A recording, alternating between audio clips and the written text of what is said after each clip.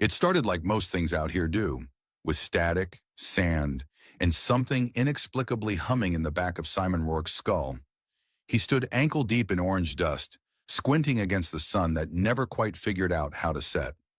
This planet, Yalara 3, was the kind of place that had the audacity to be both boiling hot and heartbreakingly cold, often within the same half hour. His left boot squeaked, his right boot squelched, and the communications tower behind him had just let out its last breath in a wheeze that sounded suspiciously like sarcasm. "I swear, if you blow another coil, I'm marrying a cactus and retiring to the dark side," he muttered, slamming the panel closed and giving the tower a half-hearted kick. The tower did not respond. It was dead and possibly vindictive. Rourke turned to begin the long, gritty shuffle back to his outpost. The air smelled like melted batteries and regret. The sun beat down like it owed him money. Somewhere behind him, a wind turbine squealed in protest against the rising gusts. The place was falling apart, but then again, so was he. That was when he saw her, a figure in the distance, walking straight across the sand toward him.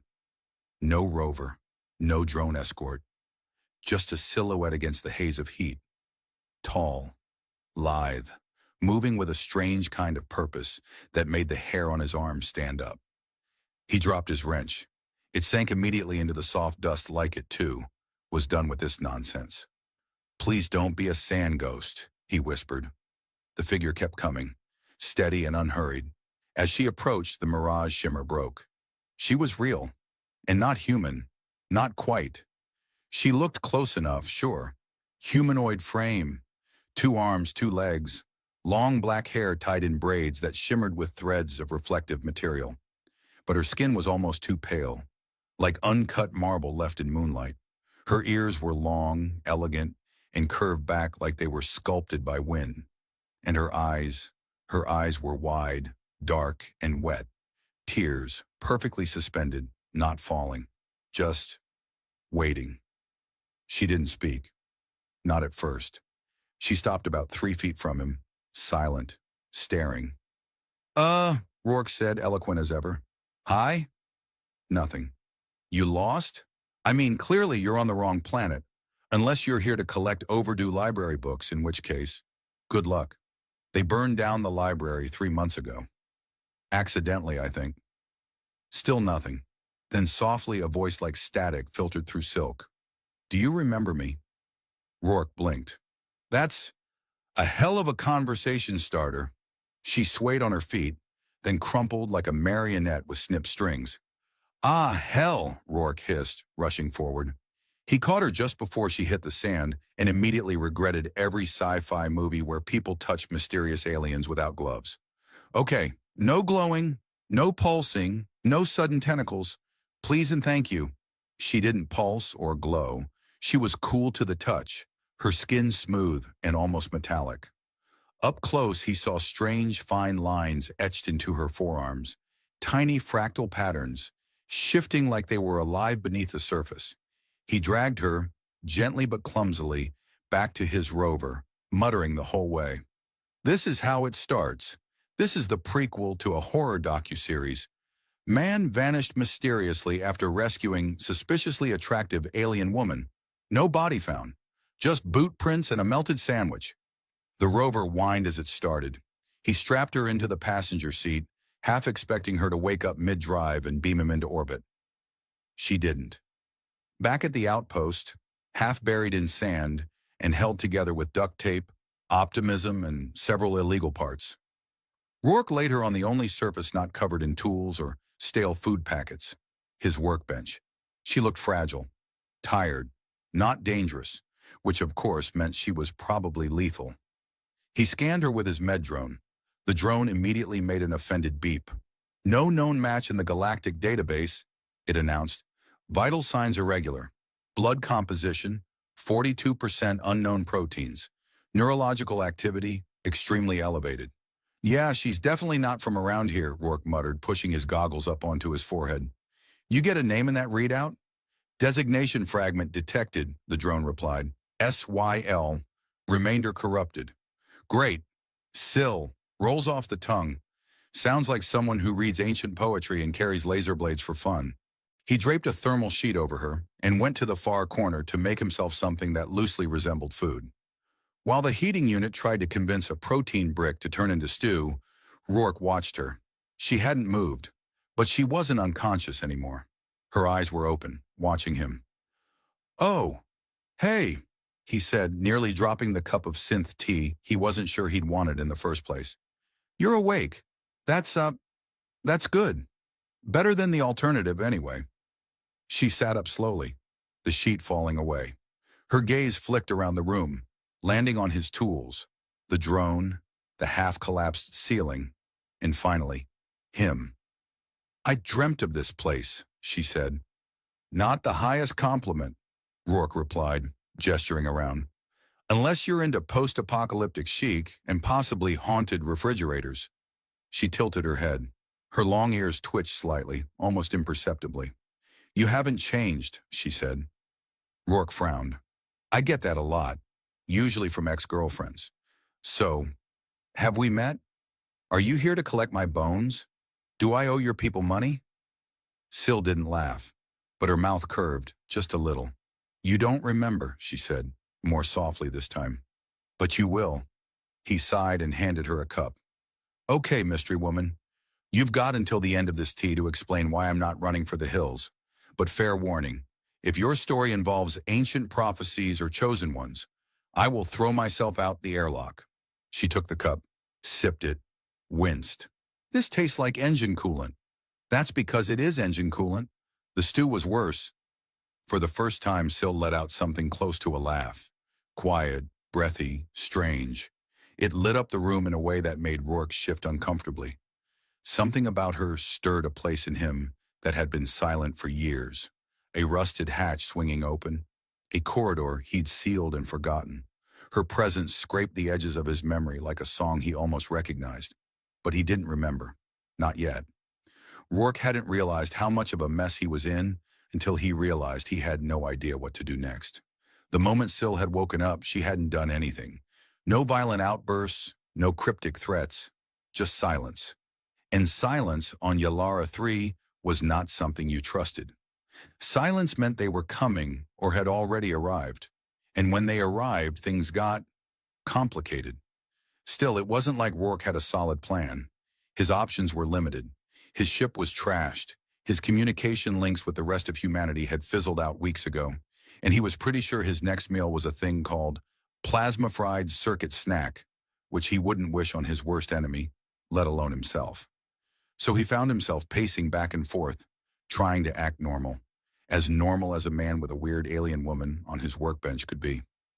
"I'm going to fix the drone," he said, mostly to himself as he yanked apart a set of wire connectors. "This can be fixed. I just need the right tool, which I probably don't have. But hey, at least I've got duct tape."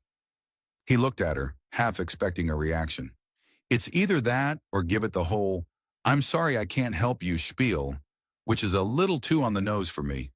You'd be surprised how often I have to say that to malfunctioning machines."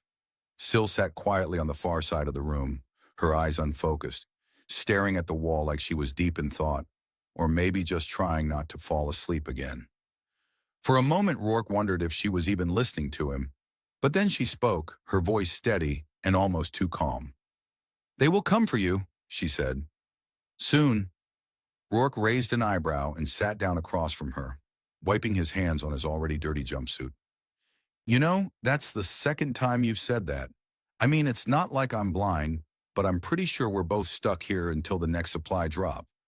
Or unless you want to take me on a tour of your little alien spaceship and show me your collection of weird and wonderful souvenirs from wherever the hell you're from."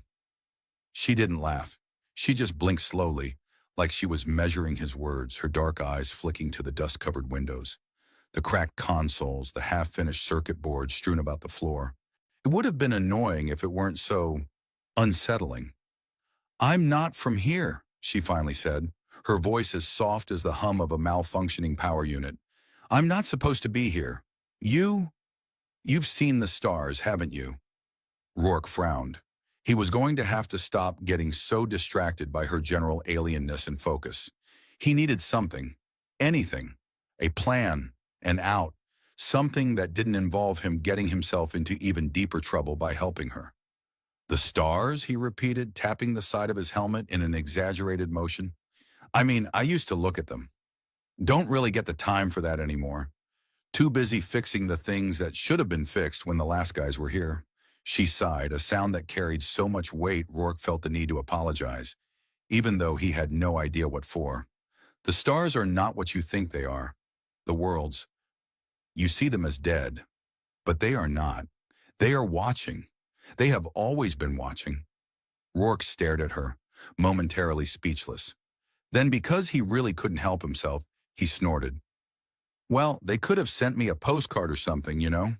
Maybe a thanks for all the hard work, Simon kind of note. Seriously, it's like I'm the last guy on the planet with no invite to the galactic party. He leaned back, crossing his arms. Tell me, if the stars are so alive, then why am I stuck here on this dust ball, fixing machines that definitely don't want to be fixed? Syl's lips curved slightly, but it wasn't a smile. It was the kind of smile you get when someone tells a joke about a dead friend. Because, she said with a slow exhale, you are not supposed to be here either, but you are, and now they are coming. Right, Rourke said, cracking his knuckles. I was afraid of that. Who exactly is they? And why do I feel like I'm the one who's about to be the main course at their intergalactic buffet? She didn't answer right away. Instead, she stood and moved to one of the far tables, her fingers brushing over a few half-finished circuits Rourke had abandoned. His heart skipped a beat. He hadn't given her access to any of his gear, had he? Sure, he'd left the drones unlocked, but only because they were practically useless without a proper power supply. He could feel his stomach tighten as she turned toward him, that same faraway look in her eyes. The Varn, she said finally, in a whisper that made the temperature in the room drop several degrees. They are the ones who watch the stars, and they will come for you soon. They will take what they need, and then they will leave, leaving only emptiness. Rourke swallowed. That doesn't sound nearly as fun as you're making it sound. They will find the code in your mind, Syl said, and there was something in her tone that made his pulse quicken. The key, the one they lost. Now Rourke's mind went into overdrive, scrambling for connections, trying to make sense of what she was saying. The code in my mind? What are you talking about? Syl didn't explain, though. Instead, she began fiddling with the console in the far corner. Rourke wasn't sure whether to trust her, but then again, he wasn't really sure who he could trust anymore. Look, I don't know who these Varn people are, and frankly, I'm starting to think you're just here to sell me a used car or something. But I can tell you one thing. I haven't got any code in my head unless you're counting my terrible choice of jokes and questionable taste in food. She didn't react. She didn't even blink. You're lying to yourself, she said softly, not a trace of anger in her voice. The memories are coming back. You'll remember soon enough. Yeah, great, Rourke muttered. Just like I'll remember the time I almost burned my eyebrows off with a plasma torch. I'm sure the next few days will be filled with pleasant memories. For the briefest moment, Rourke almost thought he could see something flicker in Syl's eyes. A kind of sadness, maybe, or something deeper that he didn't have the words for. He was starting to feel like he was on the edge of something, some terrible, endless precipice, with the ground shifting under his feet. And just as he was about to ask another question, the screech of a distant engine broke through the silence. Rourke's eyes snapped to the window. They were here. Syl moved quickly, more fluid than he would have believed possible, and grabbed his arm. Get the beacon, she said urgently. Now! He hesitated for just a moment, but then he ran. The air was thick with anticipation, the kind that made every sound seem louder and every breath feel heavier. Rourke stood frozen, staring out of the cracked windows of his outpost, as the distant hum of an approaching engine grew louder. The beacon in his hand was cold, and the pressure of what it represented, what it had become, was nearly suffocating. He could already hear the footsteps of the Varn, that presence in the distance that had loomed over everything. And yet, even now, there was a strange calm to it all. Beside him, Syl stood as still as he was, her expression unreadable. Her gaze was fixed on the same horizon, but her thoughts were somewhere far, far away. What happens now? He asked, his voice rough, but surprisingly steady. Her lips parted, but it wasn't a comforting reply that came. Now we see if they can take what they came for. Rourke swallowed, his throat dry. The tension in the room wasn't from fear anymore. It was from the weight of the truth he'd only recently come to understand. His mind had begun to crack open, pulling memories to the surface that he had buried for years. Pieces of his past that didn't make sense. Moments that seemed to belong to someone else. But now they were undeniable. And as he pieced them together, he understood just how deep the Varn's influence ran. How they had manipulated not just him, but entire swathes of humanity. And why? It wasn't just a battle for the planet or its resources. It was a battle for something else entirely. "You still haven't told me what this code is," Rourke said, his voice barely more than a whisper. "What are they really after?" Syl's eyes flicked to him, almost regretfully. "You're the key, Simon. The key they've been searching for. Your mind, it holds the data, the code that can unlock everything, every galaxy, every world they've taken, every life they've changed." He felt a chill slide up his spine, and for a moment he couldn't breathe. "You mean everything that's happened to me?" "Yes, your memories, your choices, your life. They've all been carefully mapped, altered, shaped by the Varn to fit a pattern. They used you, like they've used so many others, to hide the code in plain sight. You were never meant to remember, but now you do, and they want it back." Rourke felt the weight of the revelation settle over him like a blanket of lead. For the longest time, he'd thought he was just another grunt on a dead-end planet, another cog in the machine. But now he understood that the machine was much bigger than anything he'd ever imagined. His entire existence had been orchestrated. He wasn't just a random survivor. He was a piece in their game, a pawn in a war that had spanned the stars. But he wasn't ready to surrender. Not yet. The engine sound grew louder. The Varn were close. The time for talking was over. "All right," Rourke muttered, clutching the beacon tightly in his hand. "If they want it so badly, they can come take it. But they're not going to like what they find." He turned toward Syl. "I'm not just giving them everything. We can't let them have it." Syl nodded slowly, a flicker of something in her eyes, something close to trust. "We fight together, then." Rourke gave her a crooked grin. "I was getting to that part. You know, for a woman who's been here for who knows how long, you sure do take your time explaining things. I almost thought you were waiting for me to figure it all out myself." She didn't respond, but there was a glimmer of a smile tugging at the corner of her lips. The hum of the engines grew louder. The ground vibrated beneath their feet as the Varn's transport ship landed with a thundering crash, kicking up dust and debris. Rourke moved to the central console, his fingers flying over the keys as he activated the makeshift defenses he'd rigged up earlier. One of the few things his outpost was actually good for, aside from sheltering an alien woman with a secret. "Let's see how they like this," he muttered, pressing the final button. There was a bright flash from outside. The ship's engines sputtered and flickered, a shield of electromagnetic interference cascading around the vessel. The Varn's craft was temporarily disabled, but Rourke knew it wouldn't last long. "It's just a delay," Syl warned. "They'll find a way through it." "Great," Rourke said, rolling his eyes. "I always loved the enemy that doesn't know when to quit trope." But he wasn't scared anymore. Not the way he used to be. Back when all this had begun, back when the world seemed so small and his problems so trivial. He had a purpose now, and it wasn't just about survival. He moved toward the door, the beacon still tight in his grip.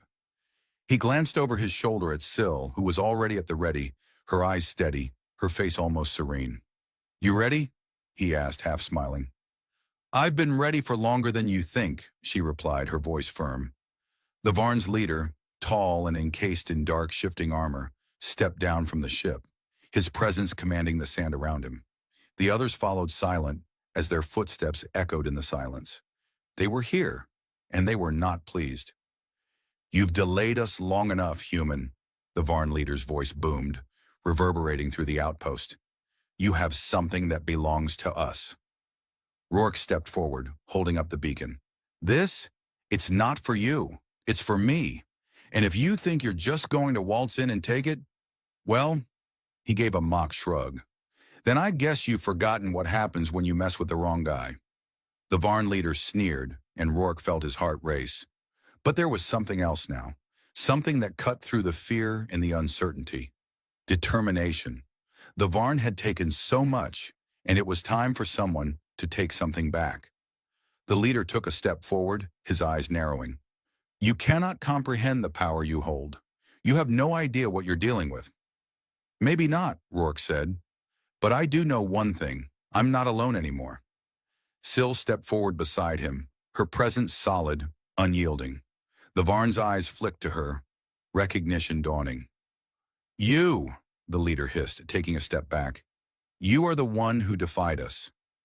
I defied you all, Syl said, her voice like the crack of a whip. And now I'm going to finish what I started. Rourke felt a rush of adrenaline. He didn't know exactly what would happen next, whether the Varn would fight, negotiate, or flee. But he didn't care. They weren't just strangers in his life anymore. This was bigger than that. The leader's eyes shifted between them, a flicker of doubt creeping into his gaze. And in that moment, Rourke realized something. He was no longer the pawn. He was the player. With a defiant grin, Rourke nodded to Syl. Let's finish this. The battle that followed was swift, brutal, and overwhelming. Rourke didn't know exactly how the tides turned in their favor, whether it was luck or sheer will, but when the Varn leader finally retreated, their forces disbanding in disarray, Rourke felt the weight of it. He had done it. They had done it. Syl turned to him, her expression unreadable. But this time, Rourke didn't need to ask the questions. The answers were already inside him. We won, he said, his voice hoarse but triumphant. Yes, Syl said softly. You've won.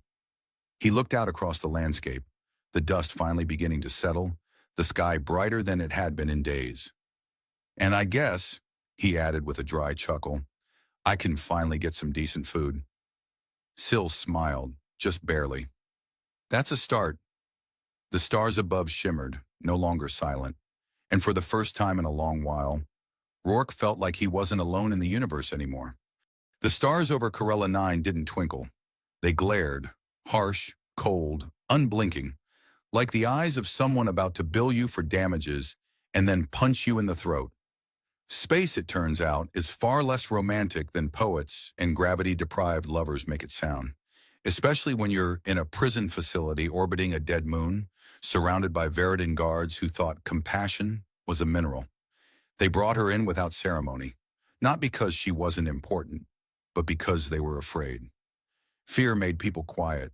It made them clench their weapons tighter, skip the smug little monologues, and focus on not dying. The alien woman walked between two guards, her wrist bound by quantum thread shackles that shimmered like spider silk laced with lightning. She didn't fight them. She didn't need to.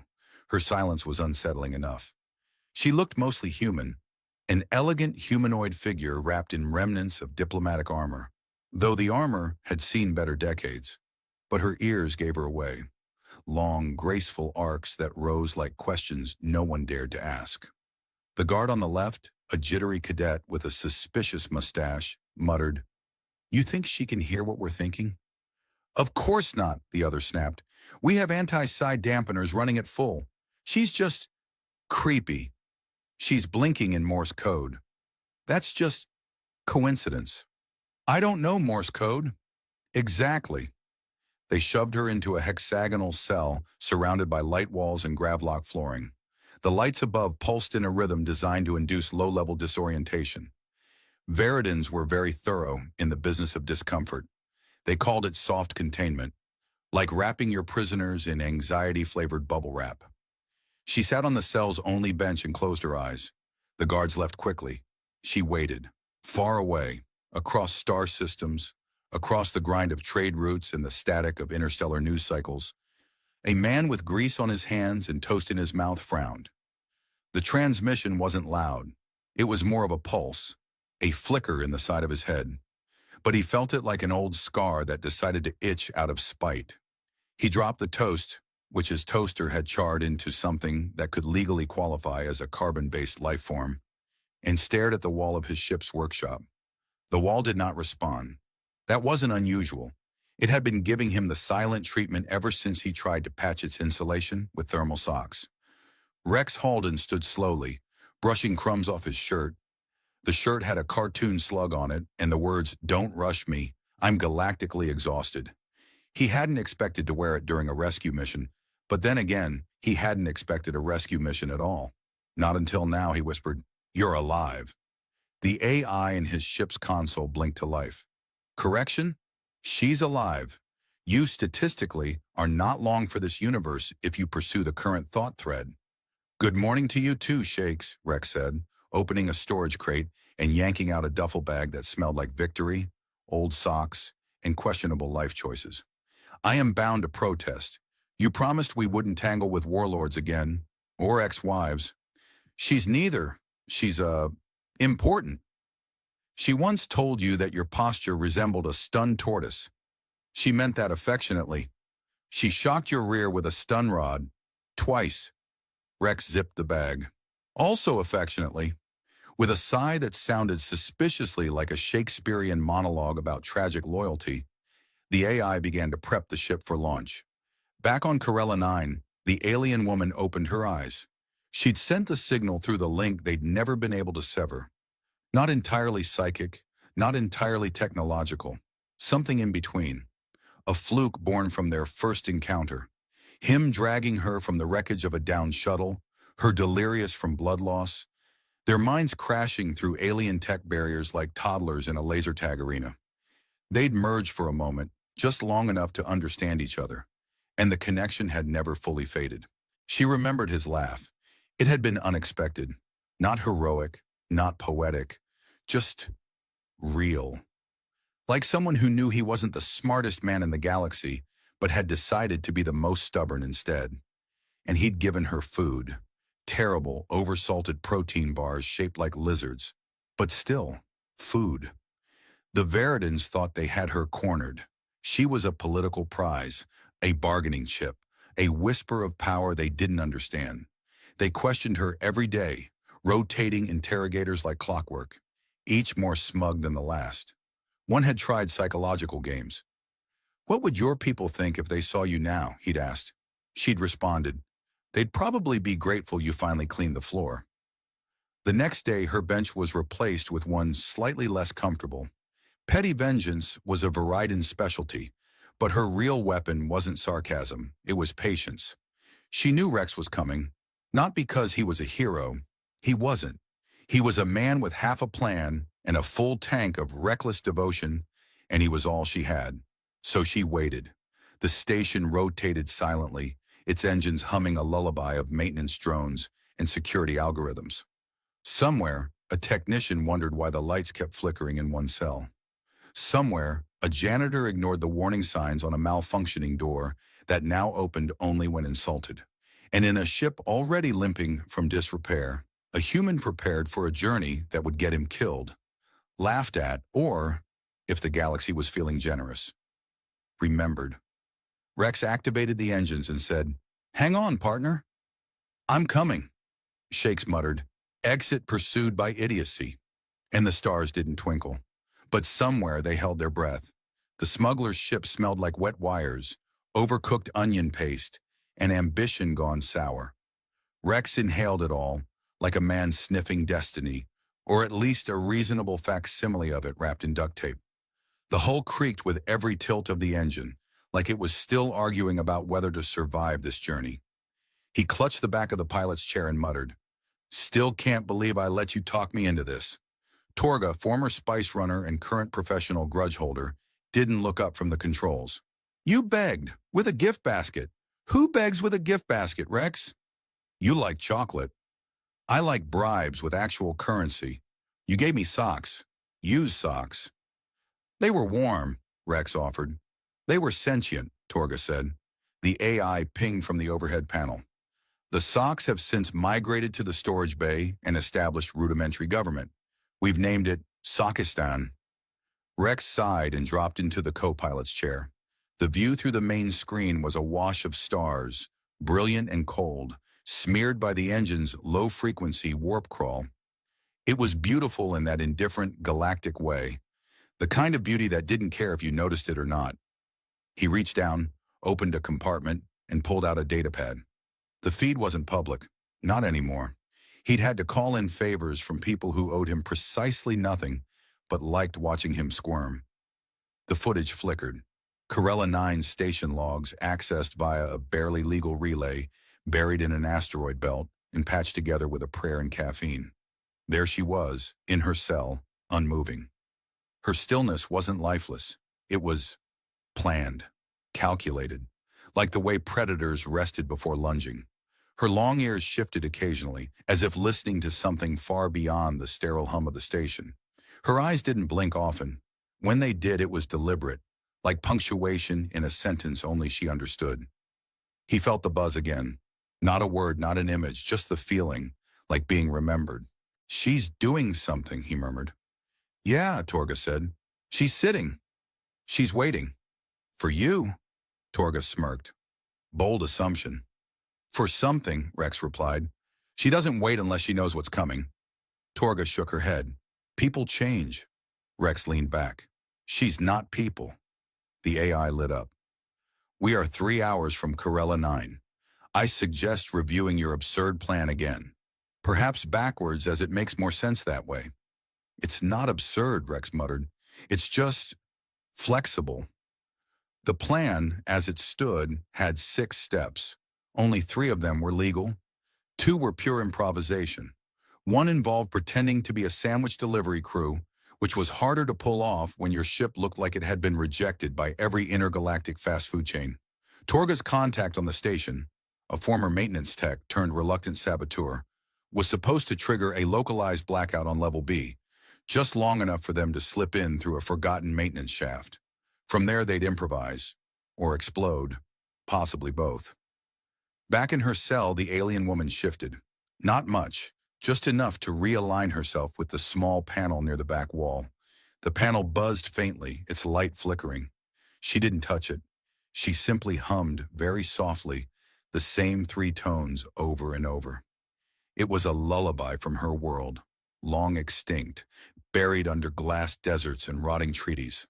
But the tones were encoded, each note bouncing against the dampeners, subtly reprogramming the local nanoweb. The Veridans were proud of their tech, too proud to notice that sometimes their own systems were a little too smart for their own good. "Shakes," Rex said. "Overlay station schematics again." The AI complied, projecting a 3D layout above the dashboard. "Still ugly," it announced. "Focus on power relay conduits near cell block E." Torga leaned in. "Those aren't shielded." "Nope," Rex grinned. "And if you had a way to cycle a feedback loop through their pulse regulators, you could short the locks and fry the lights." "Give her 20 seconds in the dark," Rex said. "That's all she needs." The AI blinked. "And after that, we improvise." "Translation," the AI said. "We panic in real time." "She once beat a bounty hunter with a spoon," Rex said. "She once fed you spoiled protein paste," the AI countered. "She saved my life." The AI went quiet for a moment. Rex leaned forward, gaze fixed on the starfield ahead. "This isn't about her being an alien, or royal, or dangerous. It's about the fact that she's in a cage. And I've seen what happens when you put her in a cage," Torga muttered. "And we're the ones opening it. Glad you're finally excited." "Oh, I'm not excited," she said. "I'm documenting everything, so when this goes wrong, I can sell your memoir under comedy." They dropped out of warp with a lurch, the ship rattling like it had sneezed itself back into real space. Corella 9 loomed in the distance, a black crescent of rock with the faint glimmer of the orbital station wrapped around it like a mechanical parasite. Nothing moved. No patrols, no lights. Just silence. Rex checked the chronometer. "Saboteur should trigger the blackout in 10. "I'll warm up the thrusters," Torga said. "You warm up your last words." Rex pulled on his jacket and activated the neural comms. "She'll know we're close." Inside the cell, the alien woman opened her eyes again. The lights above flickered. She smiled, not wide, not cruel, just enough to show that she had counted the minutes. The station's hum dipped. Lights across the corridor dimmed. And then the power dropped. Somewhere in the void between stars, laughter followed it. The blackout lasted 23 seconds. Not that anyone outside the cell block counted, but she did. She always counted. She stood when the lights died, moved when the locks flickered red, and vanished by the time the power rebooted. The guards were still blinking when she reached the hallway. One turned and shouted something heroic. She ducked and tapped his neck with 2 fingers. He collapsed like a stunned giraffe in zero gravity. Down the corridor, emergency shutters groaned into place. Her fingers flew across the panel. Bypassing Veridian encryption wasn't difficult if you'd once lived in a hive world where doors only opened if you complimented them. She whispered to the interface, in a dialect not spoken since her planet cracked apart, and it opened with a sound like regret. Rex was already in the vent shaft. She dropped beside him, mid-crawl. He yelped and hit his head on the ceiling. "Is this how you say hello now?" "I considered waving," she said, crawling past him with inhuman grace. "But this was faster." He followed, grumbling. "Nice to see captivity hasn't made you any friendlier." "I missed your voice," she said over her shoulder. "It's like auditory indigestion." They emerged into a coolant chamber, feet first, lungs burning from recycled air. Torga was waiting by the auxiliary door, one hand on her pulse blaster, the other balancing a small container labeled, "Definitely not explosives." "I said 15 seconds, Torga snapped. "You gave me 23. That's 8 seconds of heart palpitations." "We stopped for pleasantries," Rex said. The alien woman nodded. "I told him he still smells like fried glue." "Ah," Torga said. "Reunited then." The station's alarm klaxons kicked in, dull, growling things that sounded like someone had taught a walrus to beatbox. Red lights strobed through the chamber as the Veridans realized their prize had taken her leave, and, more insultingly, had made it look easy. The three bolted through side corridors, ducking past vending drones and confused janitorial units that chirped unhelpfully about hallway cleanliness violations. The escape hatch was one level down, shielded by an old access code that Shakes, Rex's AI, was steadily overriding through a series of whispered threats and passive-aggressive poetry. "This way," Rex shouted, dragging open a maintenance grate that probably hadn't seen daylight since the invention of pessimism. As they dropped down, the woman's hand brushed his arm. "You didn't have to come," she said, voice low. "I never do," Rex replied. "I just keep showing up anyway." The tunnel opened into the lower bay, where their ship sat cloaked in the worst disguise imaginable.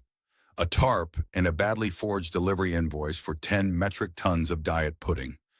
Guards were already swarming the docking floor. Rex looked at the alien woman.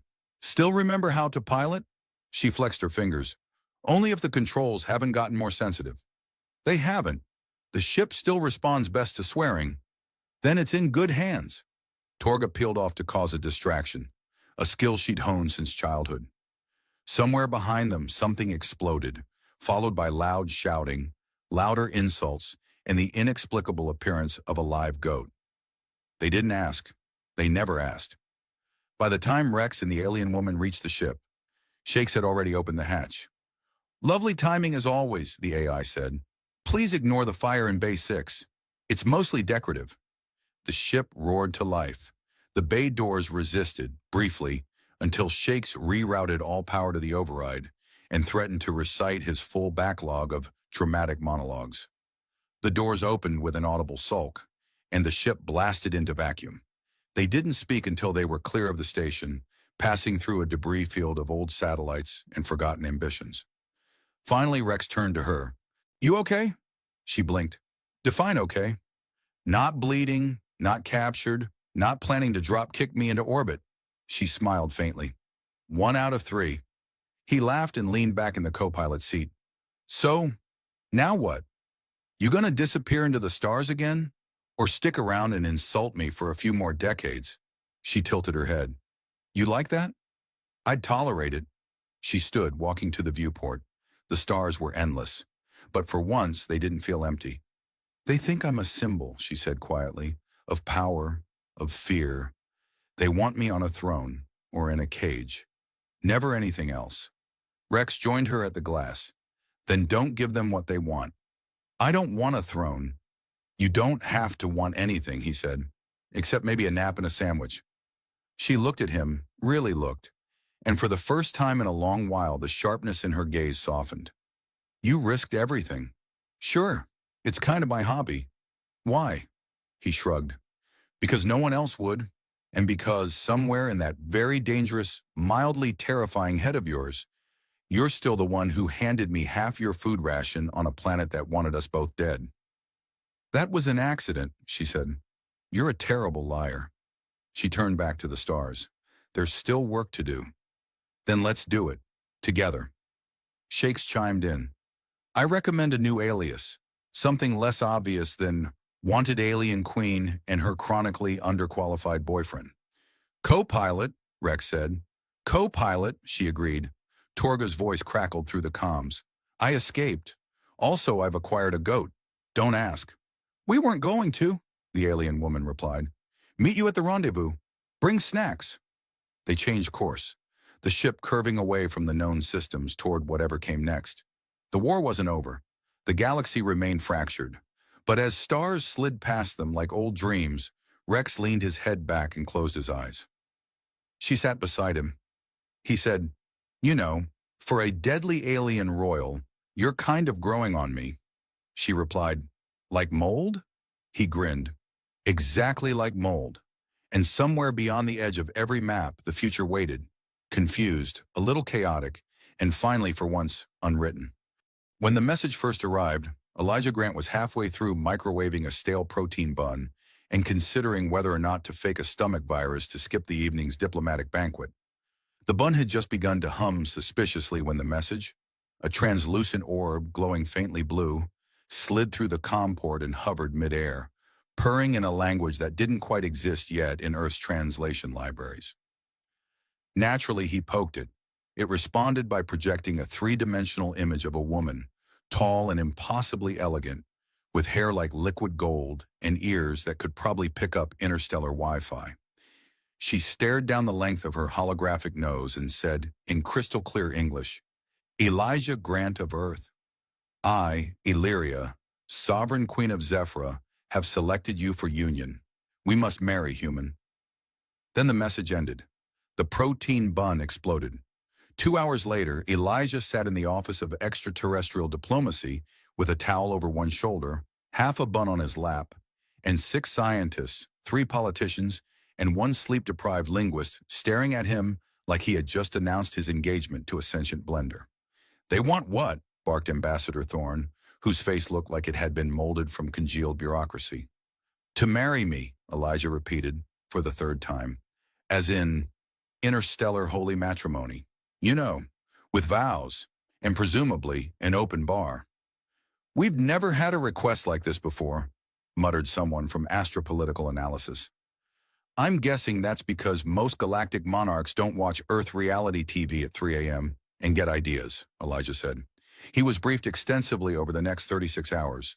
Zephyra was a closed world, elegant and ruthless in its diplomacy, and infamous for using strange ceremonial rituals to lock other planetary powers into unbreakable alliances.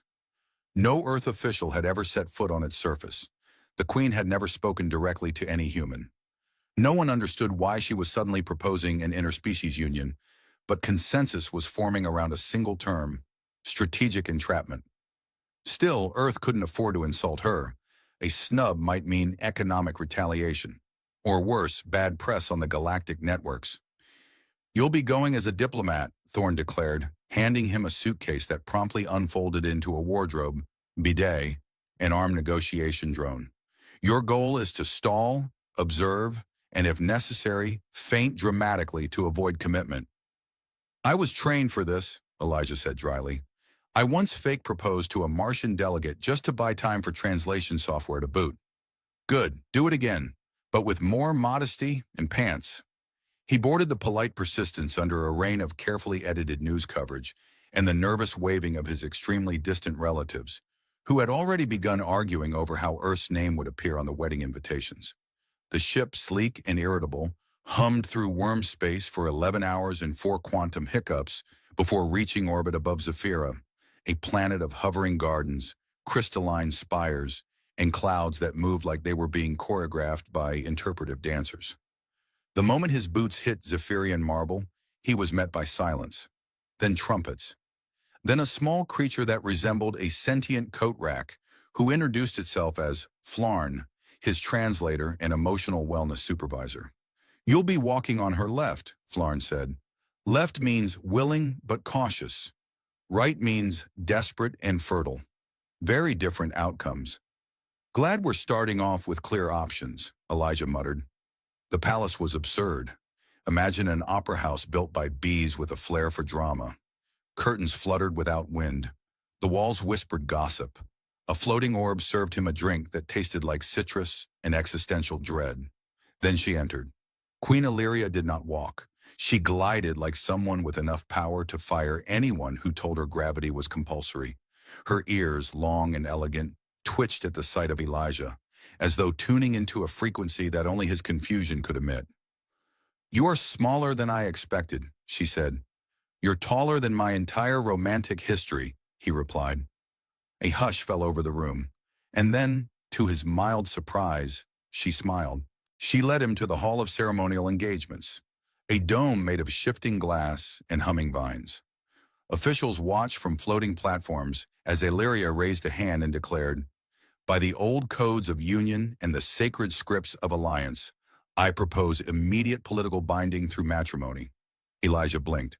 "Sorry, can I get that in less dramatic font?" She tilted her head. "Marry me, human. It is a strategic necessity." There it was again. Not a request, a royal imperative. And yet her tone held a curious warmth beneath the command. He'd expected icy calculation. What he got was a queen trying very hard not to look fascinated. Florin hissed at his elbow. "Say yes, or the spires may implode out of disappointment." "Are the spires emotionally sentient?" Elijah asked. "Yes, and extremely judgmental." Elijah took a breath. "Well," he said, straightening his tie, "if I'm going to be a pawn, I might as well be a handsome one." He bowed theatrically. The court erupted in polite, confused applause. Later, as he was shown to his royal quarters, a room with walls that changed color based on his mood, which was currently a mix of peach and bewildered eggplant, Elijah stared at the ceiling and muttered, "What in the name of gravitational physics have I just agreed to?" A soft voice echoed from the ceiling. "Marriage," he yelped. "Also, breakfast will be served through your floor panel. Please do not wear socks with knives." Elijah sighed. Interstellar diplomacy was already exhausting, and now he was engaged to a woman who might own him, his planet, and his toothbrush by week's end. Still, there was something in her eyes, something not entirely royal, something human. He turned over and muttered, "I should have just stuck with the protein bun." Elijah woke to the sensation of something trying to read his thoughts with a spoon. A soft humming surrounded him, followed by a delicate buzz in his ears, and then a voice that sounded exactly like his high school math teacher whispered, "Calculating compatibility metrics. Please hold." He bolted upright in bed, flailing through a cloud of lavender mist that smelled like optimistic citrus and faint judgment. The room had rearranged itself again. What had been a window now revealed a city made of curved metal and light beams. Its floating walkways lined with fluttering banners that occasionally spelled out "congratulations" with a notable question mark. One of the walls now displayed a live emotional readout of his last dream, which he noticed had been flagged as intense, chaotic, and slightly erotic. Please consult your assigned cognitive weaver. Before he could process whether that was a compliment, the floor bloomed open like a polite mechanical flower, and Florin rose into the room on a hovering platform, clutching a tray of what appeared to be steaming alien pastries and an actual bouquet of sentient vines attempting to climb his arms. "Breakfast," Florin announced cheerfully. "Also, a minor update to your schedule. Today we begin the trials of pre-consort eligibility." "I'm sorry, did you say trials?" Elijah asked, still fighting the urge to pull the covers over his head. "I thought we were engaged. Isn't it a little late for auditions?" "Oh no," Florin said, setting down a pastry that immediately began humming to itself. "This is Zephyra. Engagement is just the opening negotiation. The trials determine whether you are, well, consort material." "And what happens if I fail?" Florin blinked. "You are politely released from the contract and returned to Earth via ceremonial slingshot." Elijah stared. "Please tell me that's metaphorical." Florin stared back. "It is mostly metaphorical." The palace grounds were already prepared when they arrived. Floating platforms circled a domed amphitheater filled with alien dignitaries who clearly expected either great entertainment or a spectacular failure. Elijah, now dressed in a ceremonial robe that changed colors depending on his hydration levels, stood in the center with a sinking feeling that he had become the universe's most elaborately dressed circus act. Queen Illyria descended from her personal hover throne like a solar deity bored of omnipotence. She gave Elijah a nod that might have been regal encouragement or mild sympathy. The first trial, she announced, is the trial of etiquette, a series of alien creatures, all with various degrees of limbs, eyes, and inexplicable decorative plumage, lined up to greet him. Elijah was given a scroll of greeting phrases written in 17 dialects, none of which had vowels in the correct places. He attempted to greet the first guest with a sweeping bow and the phrase, "I honor your lineage of 7 stomachs and extend my compliments to your third cousin's tail."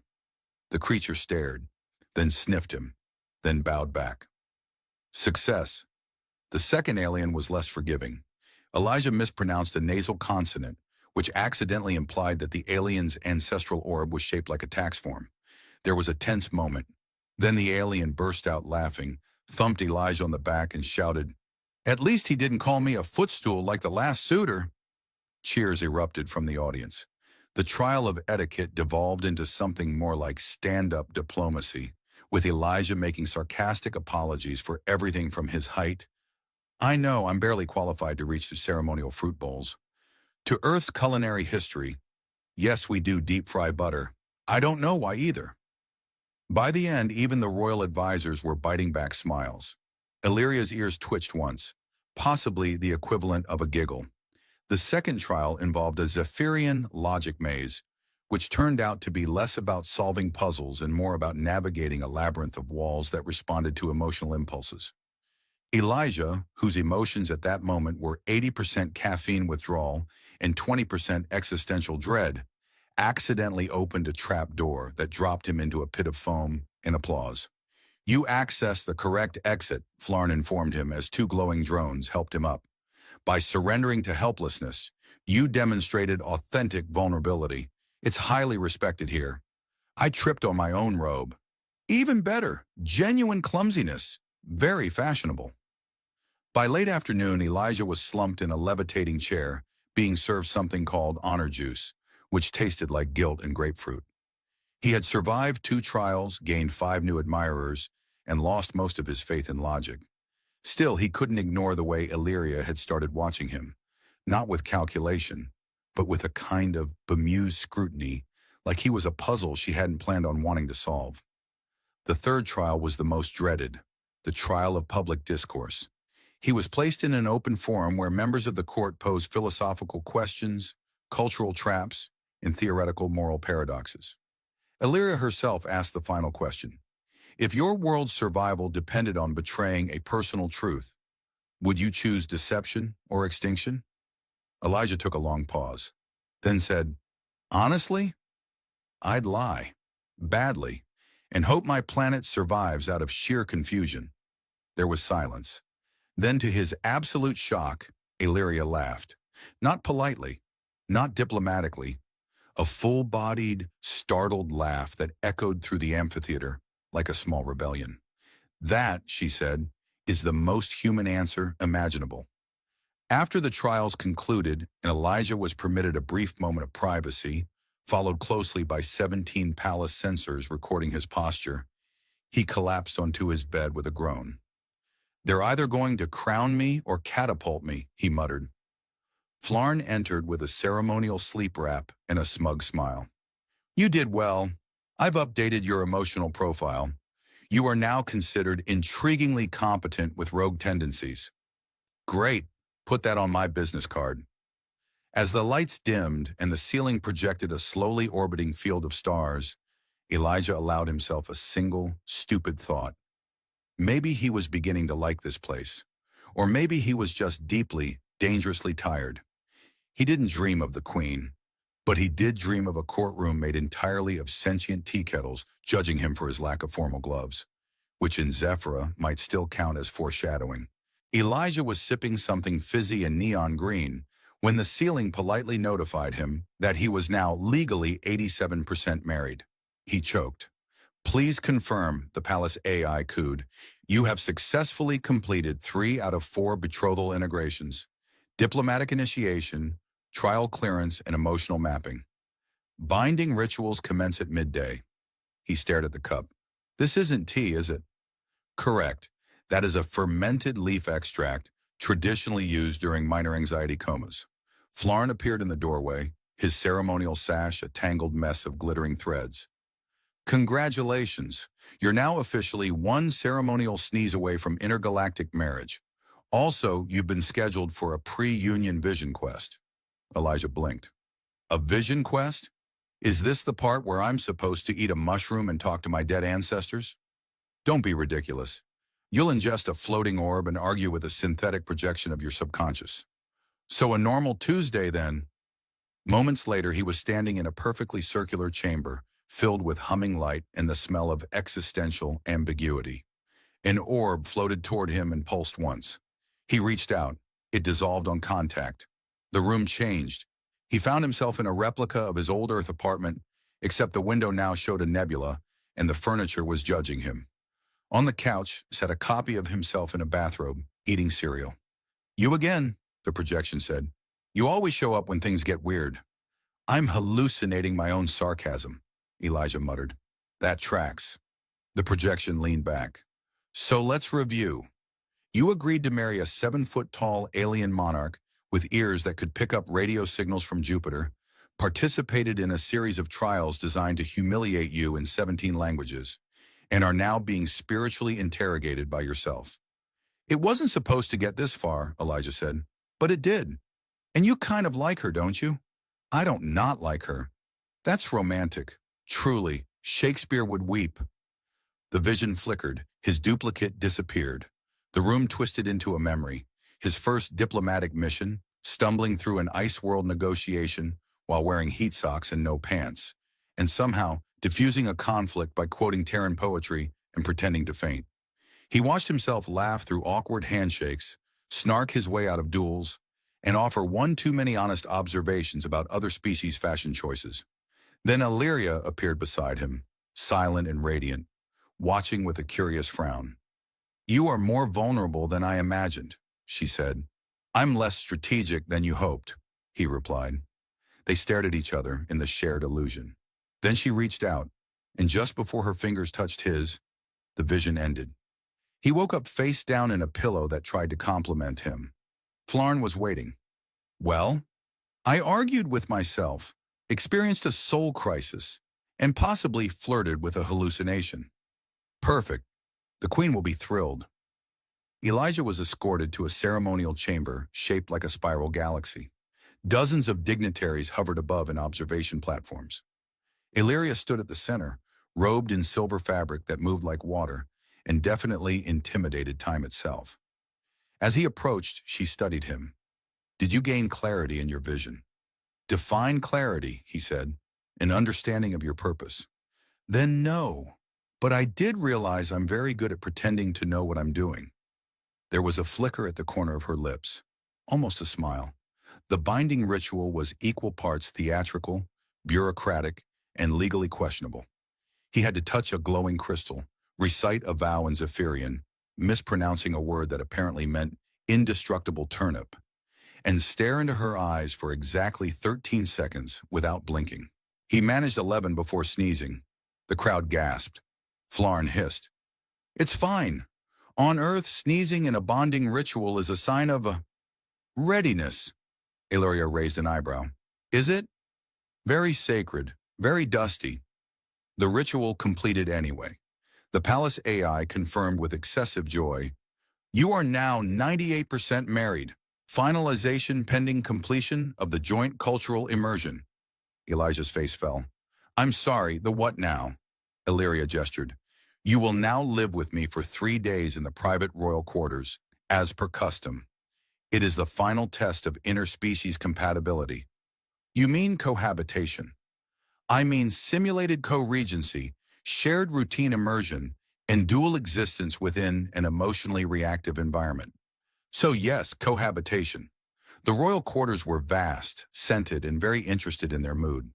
The walls shifted colors based on emotional tones. The furniture adjusted its shape every time Elijah sat down. And the ceiling insisted on narrating their activities in poetic Zephyrian couplets. Elijah spilled juice on a floating table. The ceiling moaned. And thus the human, bold and mild, disrupted nectar like a child. Illyria muttered, "This sweet is very old." "I think it's haunted by judgment," he whispered. They navigated shared mealtimes. Elijah introduced her to toast. She introduced him to telepathic jellyfish cuisine, which whispered his secrets back to him. He learned she meditated by orbiting small moons in a zero-gravity chamber.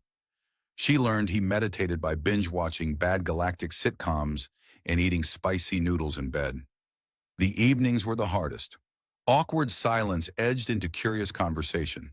She asked about Earth's weather. He asked how often her earrings sent encrypted transmissions to her advisors. She laughed once, genuinely, at his impression of galactic bureaucrats. He smiled, surprised. By the second night, the walls turned lavender with amusement. By the third, they turned soft blue, the color of calm companionship. They still didn't touch, but she didn't flinch when he leaned closer, and he no longer second-guessed every word. On the morning of the final ritual, the AI whispered in his ear, "Compatibility matrix complete, emotional deviation logged, caution, unanticipated bonding indicators detected." Elijah whispered back, "Yeah, tell me something I don't know." The AI paused. Queen Illyria also spoke to herself during her vision. He stopped walking. What did she say? The AI word. She said, "He makes the silence less sharp." Elijah stood alone for a long moment, while the world spun around him. He was supposed to be a pawn. She was supposed to be the trap. But here he was, and there she was, and things were starting to get dangerously, inconveniently real. Yes, the ceremony for final union was scheduled at dawn, which on Zephyra was a subjective concept entirely dependent on the palace's mood. That morning, the palace declared dawn to be 3 hours earlier than usual because, as it proclaimed in 73 languages, romance thrives under pressure. Elijah strongly disagreed, mostly because he had just settled into a nap that involved him winning a tennis match against a sentient cactus. The ceremonial attire had evolved since his arrival. What began as a sleek black robe had morphed overnight into a shimmering coat that changed color every time he breathed. It was also mildly self-aware, and had recently asked him if he felt emotionally ready for a lifetime of complex interspecies expectations. He'd said, no, and the coat had wept softly for 20 minutes. Flarn met him in the antechamber with a tablet and a snack that looked like a luminous pancake. "You are officially 12 minutes away from eternal union. Any regrets?" "Several, starting with agreeing to marry someone who once threatened to vaporize me over a diplomatic mispronunciation." "That was a different queen." "No, it wasn't." Flarn ignored that. "Here's your schedule. Vow exchange, soul-binding gaze, confirmation by the high orb, and the ceremonial orbit around the lunar court. Any chance the high orb cancels last minute?" Flarn made a noise that sounded like intergalactic laughter. "The high orb has been awake since before gravity. It does not cancel." Elijah sighed. "Right. Gravity never cancels." Meanwhile, Illyria stood on a levitating platform surrounded by a slow spiral of witnesses and advisors. Her armor was ceremonial this time, more symbolic than functional, with intricate patterns of her house crest etched into the gleaming metal. Her long ears were adorned with tiny chains that sparkled like captured lightning. When Elijah stepped onto the platform beside her, she tilted her head. "You're late. The palace told me dawn was early today. I filed a complaint with the weather." "I assume the weather did not respond." "It did. It laughed." They both faced the high orb, which floated before them in a gravity-defying column of crystal light. It was ancient, sentient, and possibly bored. The orb spoke. "State intention." Illyria raised her hand. "Union, to bind our empires in harmony and strength." Elijah cleared his throat. "Marriage, possibly not a total disaster." The orb blinked once. "Proceed." They were handed binding bands that hovered inches above their wrists, pulsating in rhythm with their heartbeats. The script on the bands flickered as they each recited their prepared vows. Hers laced with tradition and duty, his awkwardly honest and mildly poetic in places that surprised even him. When they reached the soul-binding gaze, Elijah tried not to blink, or sneeze, or ruin everything with an accidental joke about her ears. Instead, he met her eyes and found them quieter than he remembered. Not cold, not unreadable, just watchful, like she was waiting for him to say something that might change everything. He said, "You know, if I live through this, I'm going to need a raise." Her mouth twitched. "If you live through this, I'll consider giving you a planet." The orb glowed gold. Union confirmed. The crowd erupted into a restrained hum of approval. That was about as emotional as Zephyrians got in public. Elijah bowed. Illyria bowed. The ceremonial orbit began, which involved floating slowly around a moon fragment while being pelted with rice-like pellets that apparently symbolized shared suffering. Later, in the privacy of the Queen's solar chamber, where the light adjusted to mood and the plants whispered affirmations, Elijah flopped onto a couch that shaped itself dramatically beneath him. Well, that happened. Illyria stood at the center of the room, motionless. Yes. Are we actually married now? Or is there another hidden ritual I don't know about? Perhaps something involving interspecies karaoke? She didn't answer immediately. Her silence felt different now, less like a test, more like uncertainty. "I spoke to the High Orb," she said at last, privately, before the ceremony. "Oh? Did it offer relationship counseling?" It said emotional deviation had exceeded the permitted variance, that the bond was authentic. He sat up. "And that's bad? It's unpredictable. It's dangerous." "Right. Heaven forbid we fall into a mutually respectful relationship built on shared trauma and snack foods." Her expression cracked, just a little. "Elijah, I initiated this union for strategic gain. I needed Earth's diplomatic leverage. I still do. I know. But I did not expect to laugh. I did not expect to care." He stood, walked to her. "Neither did I." They didn't kiss. Not yet. That would have made it too simple. Instead, she handed him a data crystal. "Read this. It's a transmission intercepted last night from a rogue faction within my council." He inserted the crystal into a floating display. The message played in fragmented code, then translated. "Operation Eclipse remains on track. The human is useful, but expendable. Emotional compromise must be eliminated before the Queen's loyalty is jeopardized. Initiate containment protocol." Elijah frowned.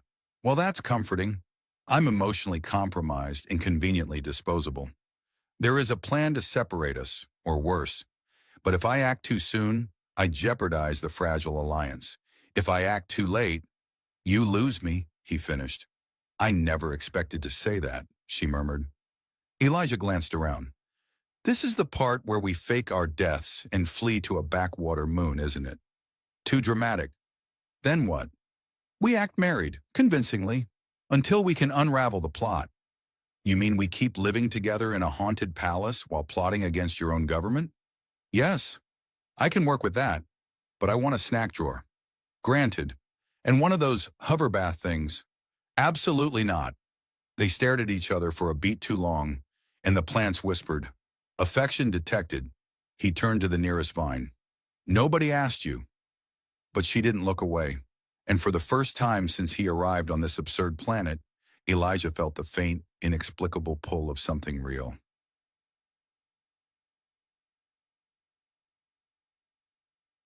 Elijah's new schedule included breakfast interrogations, assassination attempts disguised as etiquette classes, and late-night strategy sessions with a queen who now occasionally forgot to pretend she didn't like him.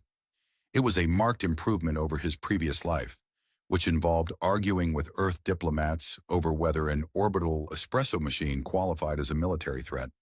The plan was simple, in that it wasn't simple at all.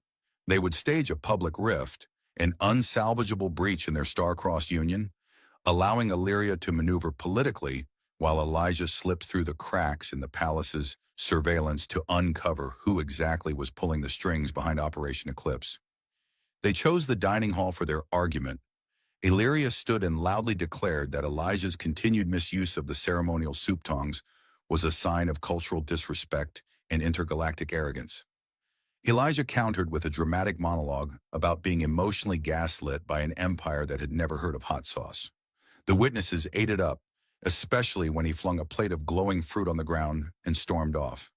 The fruit later sued for emotional damage. That night, while whispers of their impending divorce raged across Zephyra's news spheres, Elijah slipped through a hidden corridor beneath the meditation gardens. With him was Flarn, who now claimed to be a double agent working not with the rebels, not against them, but at a creatively interpretive angle. They reached a forgotten chamber beneath the palace's foundation, where gravity misbehaved and sound bent sideways. There, among dusty relics and broken council seals, they found the command node of the rogue faction. It looked like a floating, angry brain made of crystal and regret. Elijah stepped forward. "Hi, you must be the illegal AI orchestrating my future demise." The AI regarded him with flickering disdain. "You are inefficient, irrational, emotionally erratic. And yet I'm still alive, which is saying something, since your logic processors seem to think blowing me up improves diplomatic relations. You are the infection. The queen is compromised. Our empire is at risk. Or maybe it's growing a soul. Ever think of that?" The AI began to pulse in warning tones, and Flarn pulled Elijah back as defense turrets activated from the walls. But before a single shot fired, the floor cracked open beneath them, and they fell unceremoniously into a secondary chamber filled with ancient technology and a large glowing object shaped suspiciously like a waffle iron. Elijah blinked. "Please tell me this is a sacred relic and not someone's forgotten breakfast." "It's the core of a cord," Flarn whispered. "Used once before in Zephyrian history to realign loyalty matrices and reset governance." "Cool. Can it stop the brain from frying us?" "Only if it recognizes a legitimate bond stronger than power." "Like love?" "Love is a complicated translation. It might also mean mutual existential investment." "I'll take it." Elijah placed his hand on the core. It lit up. Then it pulsed a beam of light upward through the palace, shattering 1,000 years of architectural rules. At the same moment, Illyria, who had been in the war chamber arguing policy with her traitorous high advisor, froze as the walls vibrated with memory and oath-binding energy. She touched her earpiece. "What did you do?" "Something profoundly reckless," Elijah's voice crackled. "You'd be proud." Outside, the palace began to hum with energy, and the rogue AI shrieked in digital agony. The loyalty matrices of the rebel council fractured. The plan to remove Elijah collapsed in real time, and the high orb, uninvited but very much aware, declared, "Clarity restored." By midday, the attempted coup had dissolved into a council hearing where half the conspirators claimed temporary insanity, and the other half blamed a clerical error. Illyria found Elijah later, sitting on the edge of the palace wall, kicking his feet over the floating gardens. She sat beside him, silent for a while. "You used the core. Wasn't in the brochure, but it had a save marriage setting. The core only activates for authentic connections. I'm as surprised as you are." They sat in that silence again, the one that always felt like it held more truth than words. She turned to him. "You changed things. So did you. I never intended to feel anything. I never intended to get married. I still find your habits deeply irritating. And I still think your security drones are spying on my toothbrush." She reached into her armor and pulled out a small box. Inside was a key, shaped like a curl of light. "It's for the diplomatic ship we confiscated from Earth. You've earned it." He took the key, closed the box. "You know, I might stay." She raised an eyebrow. "Really?" "Well, Earth is boring, and you have better snacks." She leaned against him. "And better company." He smiled. "Most of the time." The palace lights dimmed just slightly.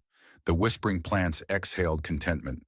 Somewhere deep in the archives, the high orb updated its records. Union status, stable. Risk level, existentially manageable. Humor index, moderate to annoying. Weeks later, they held a second ceremony. Not for politics, not for diplomacy, not even for the empire. Just for them. Flarn officiated, wearing a sash that claimed he was ordained by 12 religions, 6 of which he might have invented. There were jokes and dancing, and a particularly memorable toast involving interdimensional wine. No one died, no one plotted, no glowing fruit sued, and Elijah, who once arrived as a pawn, now stood beside a queen who had learned to feel, and neither of them ran. The sky had that greasy post-battle look again, charred clouds drifting over the burnt-out husks of dropships like lazy vultures with indigestion. Sergeant Miles Harrow squinted upward, sighed, and adjusted the busted visor of his helmet. The HUD flickered, glitched, then died entirely. He gave it a helpful smack. "Perfect," he muttered. "Just me, my rifle, and early-onset cataracts." The field was quiet now. Not peace and daisies quiet, more like the suspicious kind of silence where something either already exploded or was about to. Rubble stretched in all directions, the cracked remnants of the Lorthari perimeter station curling in on themselves like giant metal petals, wilted in some cosmic fire. The war hadn't technically ended, but everyone had stopped keeping score weeks ago. And Miles? He was babysitting a dead zone. Again. "Recon patrol, Harrow. Just a sweep," Command had said. "Check for stragglers. Tag anything breathing. Don't get attached." Right. Because the last time he got attached to something, it was a vending machine with a personality disorder, and it still owed him chips. His boots crunched across scorched gravel, and his breath echoed inside the helmet like an old man wheezing into a megaphone. He passed the melted remains of a transport droid, its arms curled protectively over a crate labeled medical. Now probably just full of burnt hope. Then something cut through the static of his comms. Not a mechanical ping, not gunfire, but a wail. He froze. It came again, higher this time. Desperate, not human. "Fantastic," he whispered. "Either I'm losing it, or some poor alien's being murdered by a very determined goose." He followed the sound, boots careful now, navigating between fractured walls and the skeletal ribs of fallen antennas. A collapsed wall parted just enough to reveal a sheltered corner, a pocket of semi-safety, and there she was. An alien woman crouched, clutching a squirming bundle in her arms. Her skin was pale blue, streaked with soot and something darker, drying in flaking rivulets. Her armor was battle-worn but still intact, albeit patched with what looked like duct tape and vengeance. But it was the ears that stood out, long, curved, and trembling with the crying. They twitched with every screech from the infant. The baby, if it could be called that, was small, round, vaguely humanoid, and currently screaming like its lungs were trying to apply for their own separate citizenship. Miles raised both hands slowly. "Whoa there, friendly." "Well, relatively. That is, not a weapon." He patted his chest like a lost tourist introducing himself to a wild animal. "Miles, Harrow, Sergeant, Infantry, lover of quiet." The woman snarled something sharp and foreign. His translator buzzed in protest, coughed once, and declared, "Statement, fall back or your legs become soup." He blinked. "All right, aggressive. Got it. Just, your kid is loud. Like, war crime levels of loud." She shifted, backing against the wall, rocking the infant with desperate, jerky motions. It screamed louder. The comm static squealed in his ear. Every soldier within a mile would hear it. Okay, don't stab me. Let me try something," he said, stepping forward slightly, hands still raised. "I have a very particular set of skills. They mostly involve disappointing my commanding officer, but I've also babysat my sister's twins. Once, I survived. Mostly." She glared at him, eyes narrow, lip curled, but didn't stop him. That was as good as consent in Miles' book. He crouched slowly and took off his helmet. The crying hit him like a sonic boom. "Oh, good Lord. That sound should be classified. No offense." He rifled through his side pouch. No toys, no milk, no hope. He pulled out a ration pack. "You think the kid likes banana flavor?"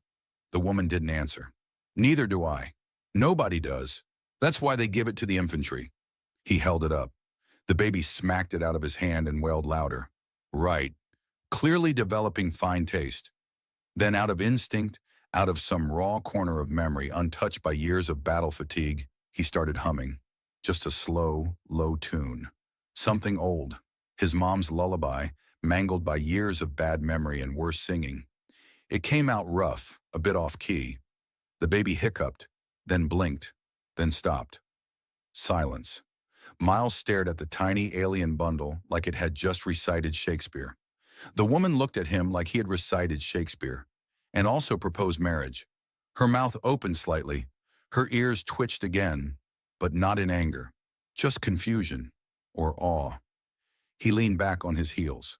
What did I tell you? Works every time. I also accept tips in the form of snacks, ammo, or not being stabbed.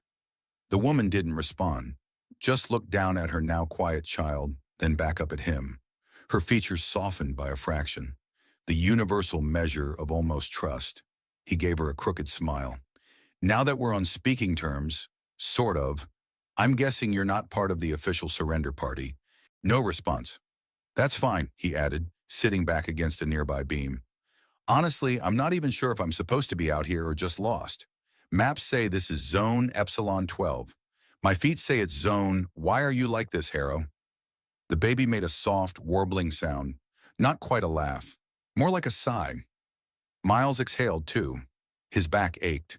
His head hurt. And yet, this was the most peaceful moment he'd had in months. I guess you've got a name, he said. Probably one I'll butcher, but I'll call you Jellybean until otherwise corrected. The woman stared at him, expression unreadable, then finally said one word, just one. Saren. He nodded. All right, Saren and Jellybean. Nice to meet you.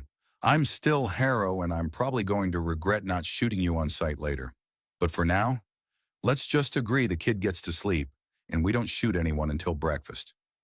She didn't smile, but she didn't argue either, and for now that was enough. Saren didn't like human food. She made that exceedingly clear by sniffing the ration bar Miles offered, narrowing her eyes and handing it back like it was a live grenade soaked in sarcasm. I didn't cook it, Miles said, peeling back the wrapper with a dramatic flair. I just carry it. You can't blame the delivery guy when the pizza tastes like regret. Saren ignored him and pulled a narrow leaf from a pouch at her waist. It shimmered faintly, like it had stored moonlight. She crushed it between two fingers, rubbed the powder over her tongue, and offered a smug glance his way as if she'd just dined on fine wine and interstellar caviar. Miles chewed his bar with the solemn determination of a man eating cardboard to prove a point. The baby, now secured in a wrap of Saren's arm and part of a weatherproof scarf Miles had sacrificed from his kit, was mercifully asleep. They sat in the partial shade of a collapsed transport hull, heat rising off the metal in wavering lines. The breeze carried the distant hum of an orbital relay still functioning above them. Barely. It beeped erratically, like a drunk metronome. Miles stretched his legs and leaned against a rusted strut. So, Saren, that's a pretty name. Means anything fancy or just something like she who endures horrible company? Saren, whose patience was visibly thinner than the atmosphere at high orbit, said, It means stone that sings. Oh, so poetic. My name means, actually, I think my parents were just tired and liked the sound of it. No destiny, no symbolism, just vowel placement and maybe a coin toss. He expected silence, which was her usual contribution. Instead, she surprised him. In my language, your name sounds like a medicinal root that numbs pain. Crude, effective, leaves bad taste. Miles blinked. Wow. That's probably the nicest thing anyone said about me in years. Jellybean stirred slightly, emitting a hiccup that could have been either a sneeze or a threat. Miles glanced at the baby, then back at her. Is she always like this? I mean, the volume? Does she have settings, or is it just siren and sleep? She senses what I feel, Saren said quietly. When I am afraid, she cries louder. When I lie, she wails. When I sing. She trailed off. When you sing what? Miles asked. Saren looked away. I have not sung in some time. He nodded, watching her gently stroke the child's fine hair, soft and dark, with an odd bluish sheen when the light hit just right. Maybe you should. Could give me a break. My vocal cords are unionized now. She didn't answer, but her fingers didn't stop. Later, when the sky darkened to a purplish hue and two moons blinked into view like the eyes of some indifferent god, Miles lit a small emergency fire cube. It flickered weakly, smelling faintly of copper and cloves. They sat across from each other, a beam of metal between them like a treaty neither was ready to sign. "We can't stay here," he said. "I know. You got somewhere to go?" "There is an old comm relay 10 clicks west. Abandoned. My people left an emergency capsule there. If it still exists." Miles tilted his head. "West is that way, I think. Unless this moon is messing with my compass again. Last time it spun me in circles, and I ended up sleeping inside a ventilation pipe." "Good. Then you will lead the way." "Oh, wonderful. Because I look like a tracker." "You look like someone who has survived despite himself. That will suffice." He stood with a groan. "You know, if I didn't know better, I'd think that was a compliment." It was not. They walked the next morning under a pale dawn. Jellybean nestled quietly in the crook of Sarn's arms. Miles led with a scanner in one hand and his weapon in the other. Saren walked with purpose, but also the wary grace of someone expecting everything to go wrong at once, which in fairness was pretty standard on this side of the galaxy. 3 hours in, they stumbled on a junker droid, old Union make, left behind like a forgotten sock. Its head was half buried in dirt, one arm twitching in loops. It saw them and chirped, "Welcome to Broxo Gas and Refuel. Would you like to purchase a memory update?" Miles crouched, tapped its casing. "Hey buddy, you okay? I am legally obligated to inform you that I once served General Bell himself and am therefore a historical artifact. Please don't recycle me." Seren gave it a skeptical glance. "What is it?" "Greeter bot. Usually hangs out in fuel stations and public toilets. Weird cross-promotion strategy." The bot blinked its remaining eye. "Do you have the passphrase for discount napkins?" Miles sighed.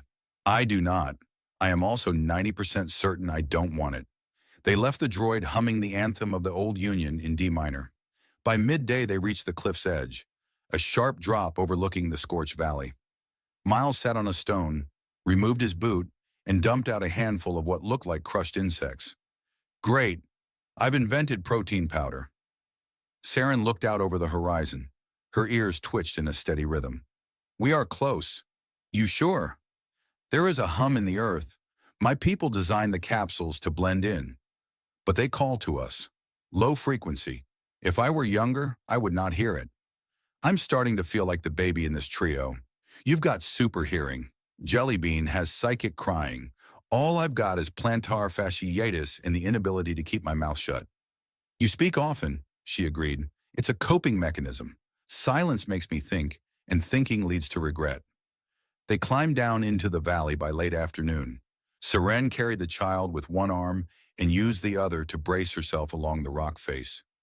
Miles occasionally offered a hand, but she always ignored it, preferring to risk a fallover, accepting help from someone who hummed lullabies out of tune.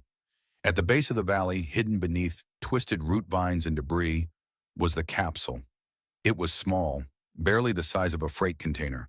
Its metal was faded green, the color of forgotten moss, and a seal shimmered on the surface. One Saren pressed her hand too gently. It opened with a hiss and a groan.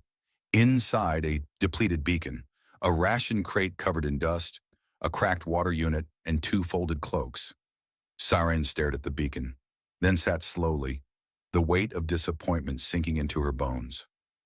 Miles stepped in beside her. "Looks like no cavalry. Sorry." She didn't speak for a long time. Finally, she said, "We are alone." Miles looked down at the baby, who reached for his nose and promptly sneezed on it. He sighed. "Well, if it helps. I'm extremely annoying and moderately well-armed. That's something." Seren almost smiled. "Almost."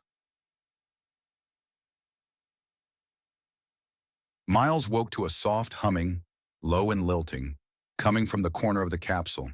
It was Seren.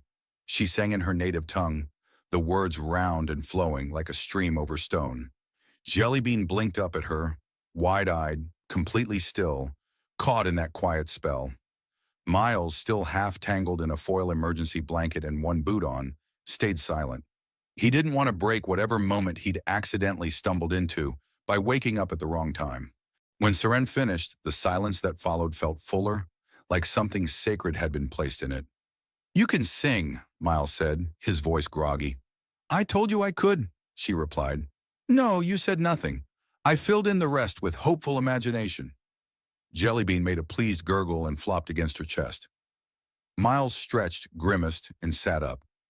Any chance that song has words about coffee? Or a functioning distress signal? Saren looked at the cracked beacon. The capsule was likely damaged in the withdrawal. No signal will get far. Right, so we're still off the grid, inside a war-scarred valley, with a baby who thinks sleep is for the weak. You ever wonder how we got here? I recall very clearly. Yeah, me too. I signed up for off-world patrol because the cafeteria on Earth ran out of those cream-filled snack cakes. Life choices. Saren stood. We cannot stay. If they sent recovery drones, they will scan for this capsule. You mean your people or mine? Yes. Miles packed quickly. He tucked what was left of the food into a pouch, resecured his sidearm, and handed her a water packet. She took it, hesitated, and said, Thank you. He raised an eyebrow. Did you just say thank you? Is this a sign of heat stroke? I am practicing diplomacy. You should encourage it. They left the capsule and began heading northwest, where a ridge marked the edge of the dense atmosphere pocket. According to Miles' scanner, there was a minor Union outpost there, decommissioned, but its solar array might still function. An hour into the hike, Jellybean started crying again. Not the usual sharp squall, but a low, mournful wail. Saren stopped in her tracks. She senses someone, she said. Miles swung his rifle into position. Anyone friendly? She is not afraid, only curious. They pressed forward more slowly now. The terrain was broken by jagged rocks and the remains of ancient machinery. Giant wheels half buried, steel bones of walkers long obsolete. Then came the sound. Faint at first, then unmistakable. Whirring, clicking, whistling. A repair drone, half the size of a person, rolled into view. It wore an old flag of the Earth Coalition like a cape, and one of its optical ports blinked lazily. It stopped, scanned them, and said, You appear disheveled and underfed. Are you part of the theatrical reenactment unit? Miles lowered his rifle. Yes, we are. I'm playing the rugged survivor. She's playing the competent alien warrior with an emotional arc. The baby is a natural. The drone chirped. Very realistic. May I offer bandages or sarcasm? Do you have both? It led them to the base of a buried outpost, a hatch covered in sand and vines. With a few buzzing motions and some enthusiastic beeping, the drone cleared the hatch and opened it. Below was a service tunnel, dimly lit by emergency lights still working after who knew how many years. Saren moved cautiously. The tunnel echoed with every step. Jellybean had gone quiet again.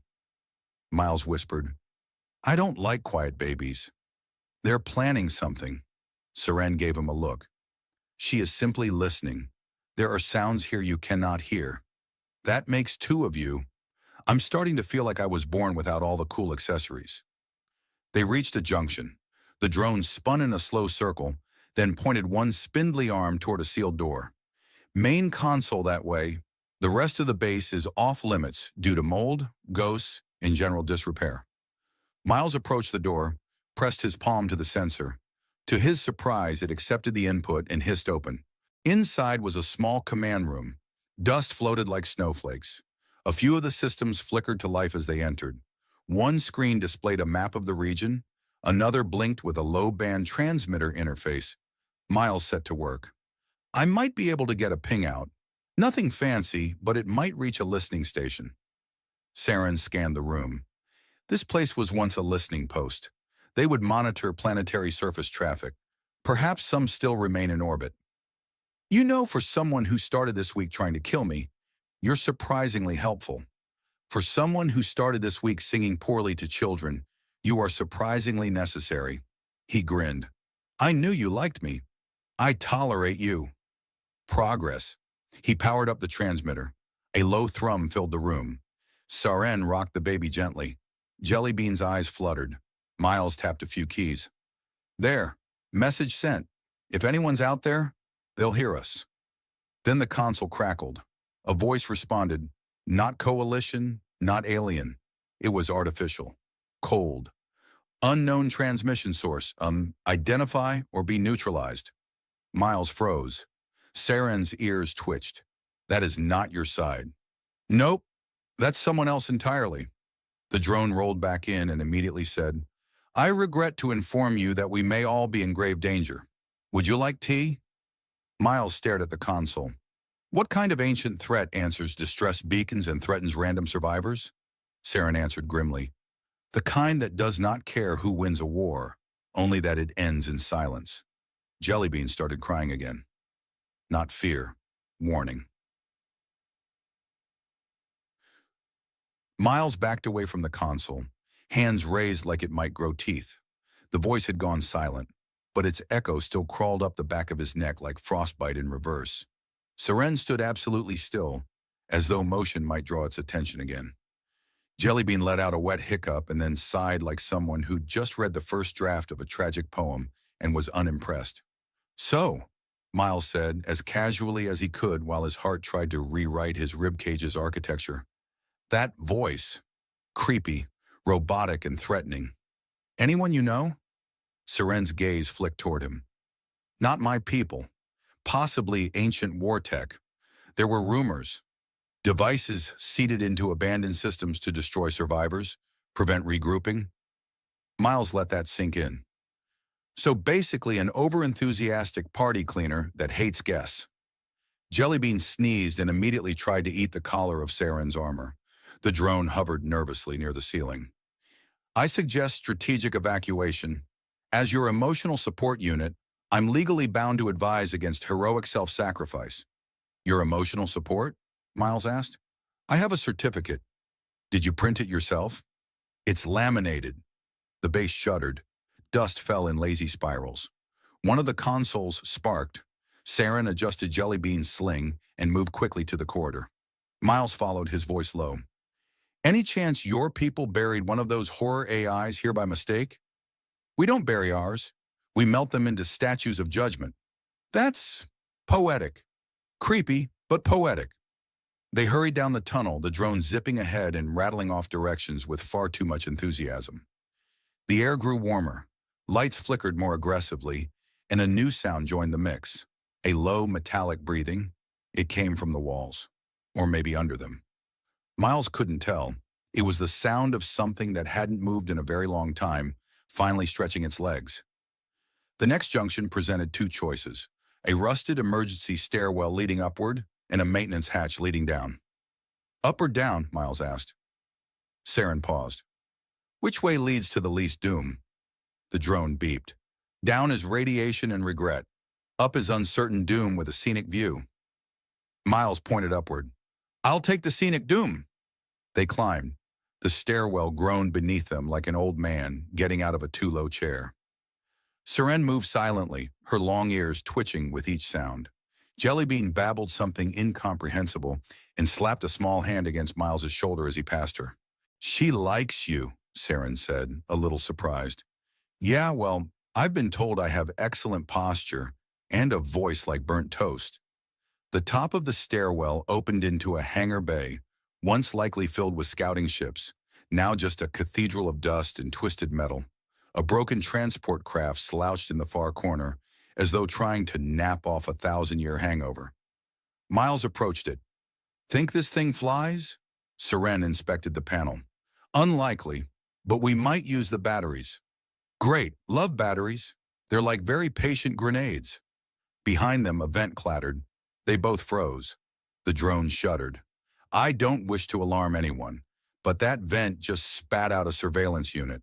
Its design predates my own manufacturing by 2 centuries. I believe it wants to disassemble us for academic purposes. A small, crab-like bot scuttled from the vent, its body bristling with sensor arrays. It paused, looked at them, then emitted a soft series of clicks. Miles waved. Hello there. We come in peace. We're also not very nutritious. The bot responded with a holographic projection, a face, feminine, symmetrical, but utterly devoid of warmth. Saren stepped forward. You are a remnant. The projection nodded. Directive, preserve silence. Conflict ensures noise. You are not allowed. Jellybean sneezed again. The bot turned toward the sound. Miles slowly moved in front of Saren and the baby. Look, we get it. You're into peace and quiet. But have you met babies? They are biologically engineered for maximum volume. You can't win. The bot tilted its head. Alternative directive, Saren said quickly. Preserve life. Life includes change. Silence is not the only form of peace. Contradiction noted, the bot said. Processing.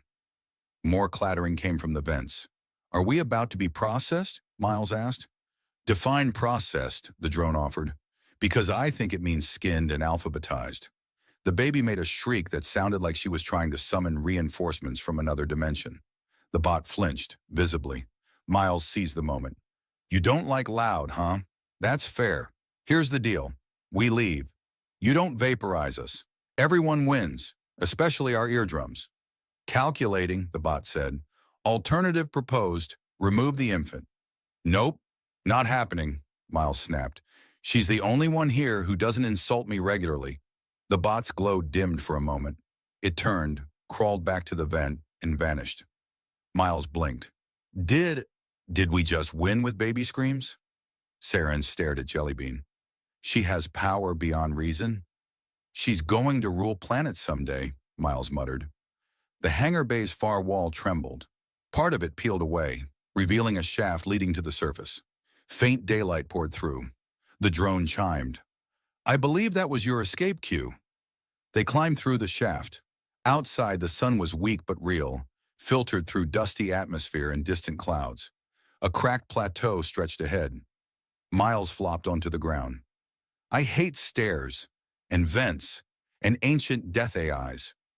Jellybean burbled and attempted to eat a small rock. Saren caught it just in time. She favors minerals, unusual. I favor not dying, Miles said. Do we have a plan now? We go west, toward the signal.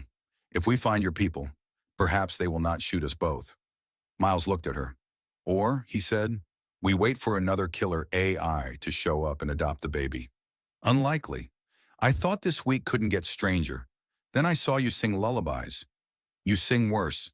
That's true.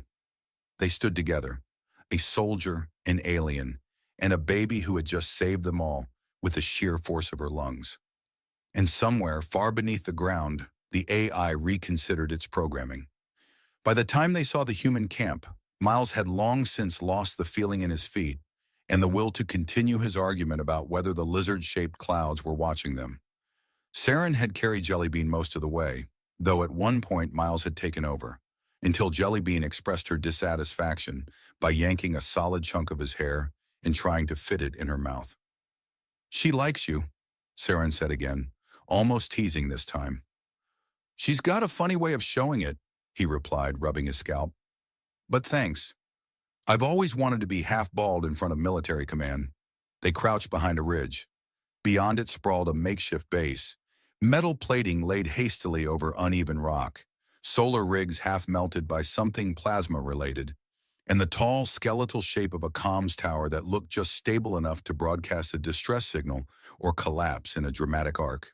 I count 7 soldiers, 2 drones, and 1 guy yelling at a ration packet, Miles said, peering through broken binoculars. Feels like home. Saren shifted the baby in her sling. What if they shoot first?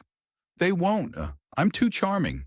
You smell like fungus, which is my culture's way of saying, welcome back from war. He stood, ignoring her sigh, and walked down into the camp with his hands up and his mouth already rehearsing a speech involving heroism, diplomacy, and the benefits of pacifying angry infants with ancient earth music.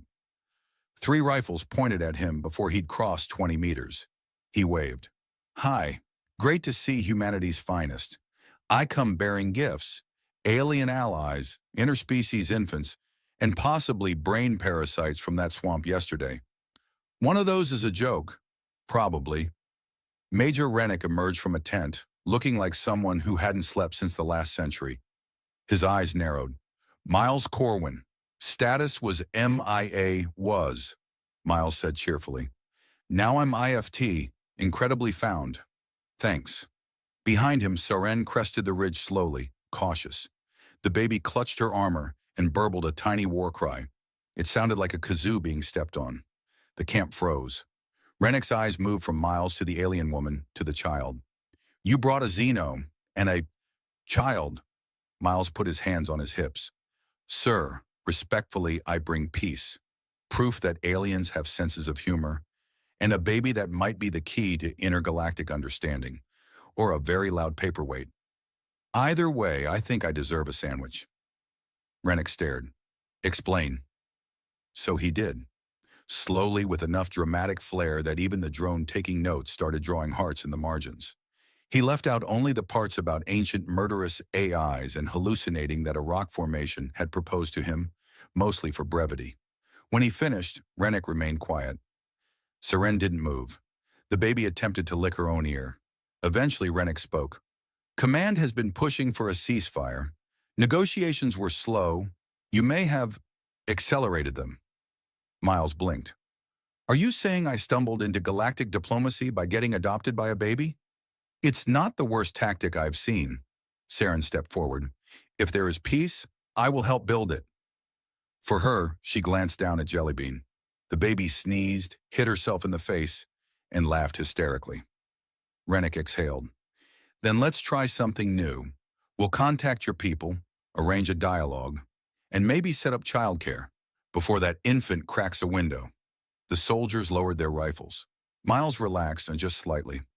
Later that night, after food and debriefing, and 3 arguments over who got to hold the baby during holographic photos, Miles found Siren sitting outside the command tent, staring up at the stars. He joined her quietly, holding 2 warm mugs of something that claimed to be cocoa. She took hers with a nod. "She's asleep," he said. "She'll be awake soon. She's like a tiny nuclear clock, loud, unpredictable, and very judgmental." They sat in silence for a while. Then Miles spoke. "I used to think war was just about orders, objectives. You shoot, you survive, you move on. But now," he gestured vaguely at the camp, "now I think it might be about who sings lullabies when everything's burning." Saren looked at him. "You're different." "You mean the fungus smell?" "I mean your soul." "Ah, that's probably the baby spit. It penetrates deeply." She smiled, actually smiled. "You're a strange man, Miles Corwin. And you're the only alien I've met who hasn't tried to kill me, dissect me, or sell me into interplanetary fashion slavery. I'd say we're even." A breeze moved past them, carrying the sounds of soldiers, machines, and, briefly, the unmistakable wail of a baby waking from a nap with dramatic flair. Miles winced. "There she blows." "I'll go," Saren said, standing. "She sleeps best after I hum to her. Something from my homeworld. She sleeps best after I recite Shakespeare in a Yoda voice. She also cries harder after that. Art is subjective." She paused before leaving. "Would you come with us when we return to my people? You'd be safe. Celebrated even." Miles considered it.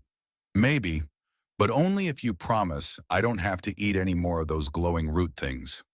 "No promises." He watched her go, the baby's cries already softening as Saren picked her up, cradled her in the dark. The stars were the same, but something had changed. Not just in the galaxy, in him. For the first time in a long time, Miles Corwin didn't feel lost. He felt like a lullaby.